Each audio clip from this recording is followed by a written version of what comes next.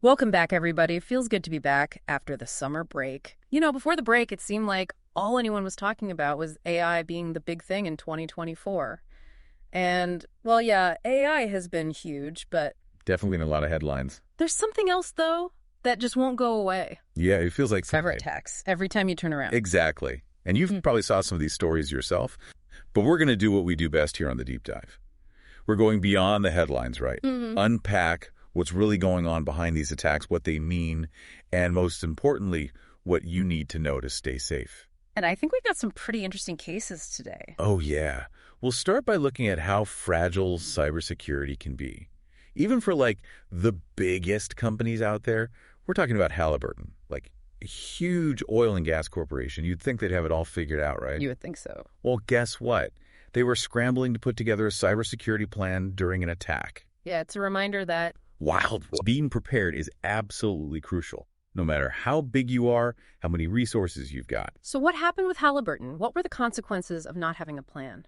Well, the details are always a bit murky with these things, but what we do know is that the attack caused a lot of disruption. They had to shut down systems, reroute workflows, cause just a ton of internal chaos. And from what I've gathered, the financial impact alone is estimated to be in the tens of millions. And that's not even counting the reputational damage. Tens of millions. Woof. That's a lot of money to pay for not being prepared. I guess it shows that a cyber attack isn't just an IT problem, it's a business problem. It's a financial problem. It's everything, yeah. It's a PR nightmare. Exactly. And, beyond that immediate fallout, these incidents can have long-term repercussions, right? Like Halliburton is now under more scrutiny from regulators, investors, even potential clients. This one attack could have ripple effects for years to come. It makes you think, what would happen if your workplace was suddenly hit with a cyber attack? Would you know what to do? Would your company have a clear plan? It's a question we should all be asking, really, regardless of the size of the company or what industry you're in. Yeah, definitely a wake-up call for everyone. But Halliburton isn't alone. Remember what happened with El Campo, the supermarket chain here in Spain? Yeah, and thankfully it doesn't seem like any data was leaked, which is good. Yeah, true. But it still disrupted their operations, right?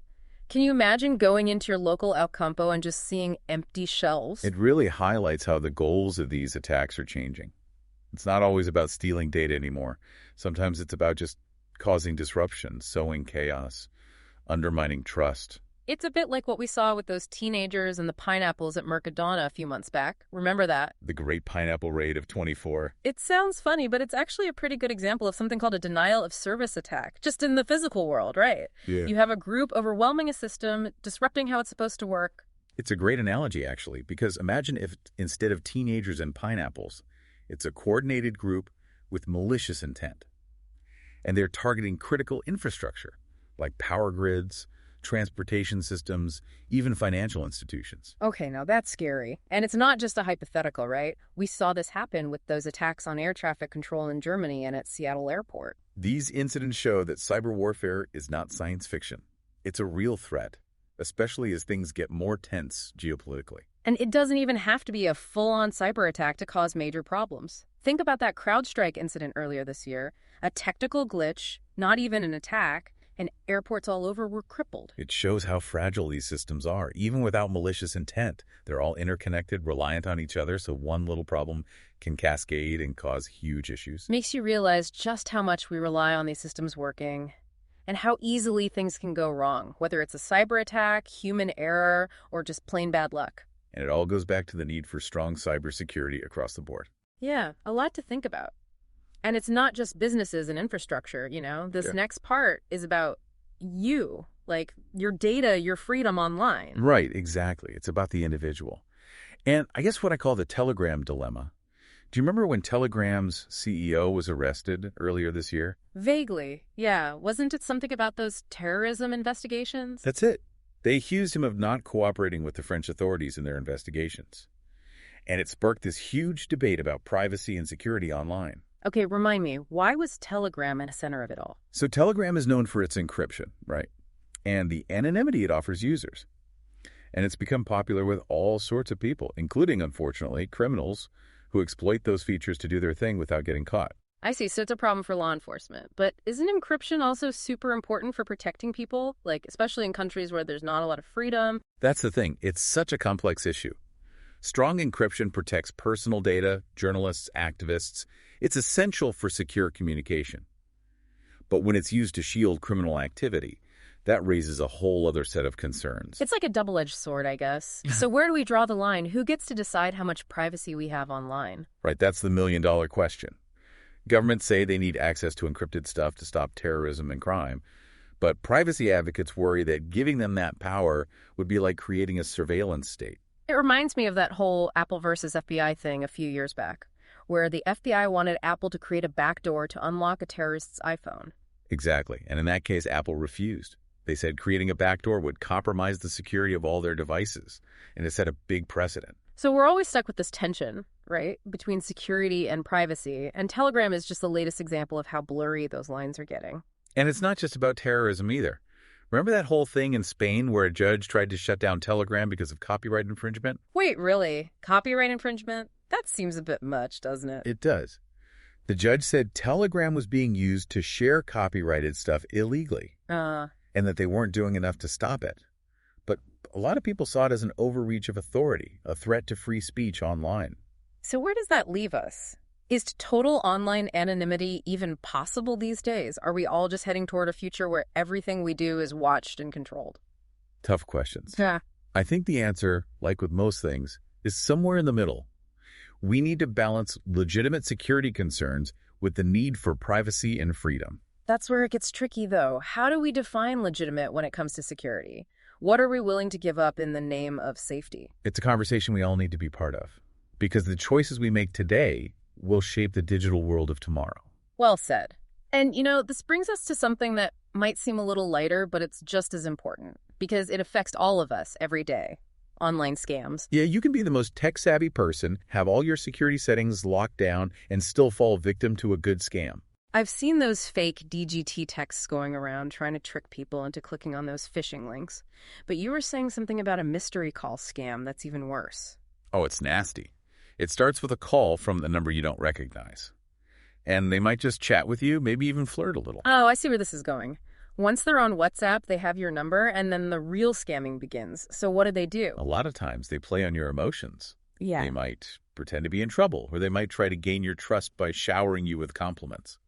So they're like master manipulators, basically, preying on people's vulnerabilities.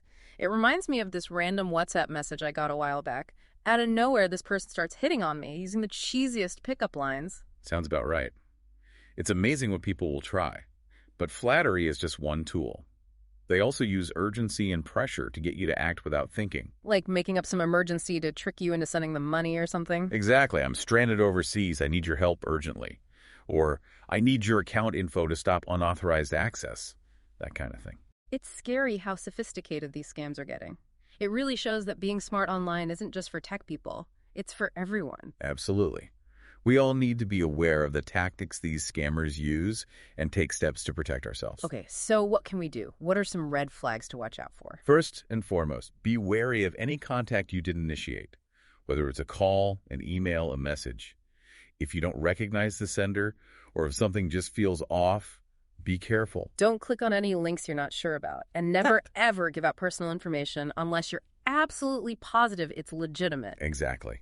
And if someone's pressuring you to act quickly or making you uncomfortable, that's a huge red flag. Yeah. Take your time, think things through, and if you have any doubts, talk to someone you trust. Better safe than sorry, right? But hey, it's not all bad news, is it? There have been some good things happening in cybersecurity lately. Definitely. Remember that big bust of the ransom cartel here in Spain? Oh, yeah. That was huge. They took down a whole network of cybercriminals, right? The ones behind all those ransomware attacks? That's the one. A big win for law enforcement. And it shows they're getting serious about fighting cybercrime. That's good to hear. But even with wins like that, it still feels like we're constantly playing catch-up. As soon as we come up with new defenses, the criminals find new ways to break through. It's a never-ending game. And that's why we need a multifaceted approach to cybersecurity. It's not just about technology, it's about awareness, education, and working together. So we need to stay informed, be vigilant, and collaborate to make the digital world a safer place. Exactly. And that brings us back to that question we raised earlier about online anonymity. If perfect anonymity is really an illusion, What does responsible and ethical data sharing look like? It's a big question, no easy answers, but it's something we all need to think about as we navigate this increasingly digital world. Wow, it's a lot to take in, right? I mean, we've gone from huge corporations scrambling during cyber attacks to thinking about the ethics of anonymity online. And then there are those flirty scammers sliding into our DMs. It's true. That's cybersecurity today. It's massive, always changing, and affects every single part of our lives. So where do we go from here? What are the key takeaways you hope our listeners are walking away with? I'd say the biggest takeaway is this. Cybersecurity isn't a one-and-done thing. You don't just set it and forget it. It's about constantly being aware, educating yourself, and adapting as things change. That's like a muscle you got to keep working out. Exactly. The threats never stop evolving, so we have to stay informed and ready to adjust our defenses. You know, that makes me think back to what you said earlier about responsible data sharing. If being completely anonymous online is just not possible, what does that actually look like, doing it the right way? It's a tough one, that's for sure. Individuals, companies, governments, everyone's trying to figure it out. I think it starts with transparency, being upfront about what data is being collected, how it's used, and who has access to it. And shouldn't we have control over our own data, like being able to choose what we share and who we share it with? Absolutely. Data privacy should be a basic right, not some special privilege. Yeah. And we've got to hold companies and governments accountable for protecting that right. Sounds like a big challenge, but one we can't just ignore. The stakes are too high. Couldn't agree more. The choices we make today about cybersecurity and data privacy, they'll have a huge impact down the road. Well, I think we've given everyone plenty to think about. It's been a fascinating deep dive into this wild world of cybersecurity. It really has. And I hope it gets people talking, starts some important conversations. And for anyone who wants to go even deeper down the rabbit hole, check out the show notes. We've got links to all the sources we talked about today. And as always, stay curious, stay informed, and stay safe out there in the digital world. That's it for this episode of The Deep Dive. Thanks for joining us. And remember, in the world of cybersecurity, knowledge is power.